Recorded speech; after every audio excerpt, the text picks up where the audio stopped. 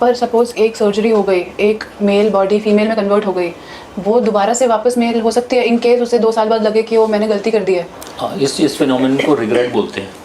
सो regret का incidence किसी भी यूनिट में, अभी अगर आप डेटा लें नीदरलैंड्स का, तो उसमें बहुत बड़ी यूनिट है, वीयू यूनिवर्सिटी हॉस्पिटल करके एम्स्टर्डम में है। So they analyse their data for 30 years, 30 to 40 years past कि क्या रिग्रेट का इंसिडेंस था। तो उन्होंने देखा पहले ज़्यादा होता था जब ये क्राइटेरिया नहीं थे इतने सारे, और अब रिग्रेट का इंसिडेंस नियरली लेस देन 1% है। और मेरे एक्सपीरियंस में भी रिग्रेट नहीं मैंने देखा, इतने 4500 केस सर्जरीज में रिग्रेट नहीं देखा। इसीलिए नहीं देखा क्योंकि हमारे क्राइटेरिया बड़े फर्म हैं। पर टेक्निकली आप पूछो प्रैक्टिकली कि is it possible, yes it is possible to convert, although it is very difficult अच्छा, रिकन्वर्ट। ओके।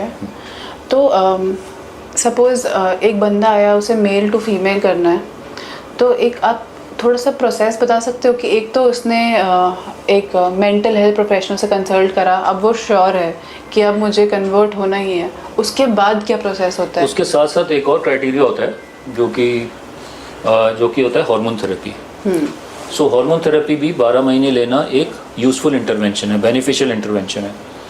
ये देना चाहिए एक्सेप्ट इन द सिचुएशन कि वो हार्मोन थेरेपी सूट नहीं करती आपको या आपकी बॉडी के लिए हानिकारक है, तो उस केस में नहीं दी जाती, बट अदरवाइज देनी चाहिए। इसके क्या फ़ायदे हैं, जैसे कि एक मेल टू फीमेल पर्सन है, उसको आपने दिए, मेल पर्सन को फीमेल हार्मोन्स दिए आपने, जो ट्रांजिशन कर रहा है टू फीमेल, तो उससे क्या होगा, उससे उसके जो बाल हैं वो ग्रो करने लग जाएंगे, अच्छे स्कैल्प के बाल बहुत अच्छे ग्रो करने लग जाएंगे, शाइनी हो जाएंगे।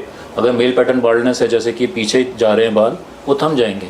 तो एक कितना रिलीफ है ना कि एक जो मेल जैसी लुक बालों की नहीं रही, स्किन शाइनी हो जाती है, ब्रेस्ट डेवलपमेंट हो जाती है, 22% बॉडी फैट शिफ्ट हो जाता है टुवर्ड्स फेमिनिन कर्व्स आ जाते हैं। सो पर्सन अपने फेमिनिन रोल में बहुत अच्छी तरह अडेप्ट हो जाता है। सिमिलरली एक फीमेल टू मेल पर्सन को अगर हम मैस्कुलिनाइजिंग या मेल हार्मोन देते हैं तो उससे क्या होता है, अब वो फीमेल है, वो मेल की तरह कैसे रहे 12 महीने सोसाइटी में।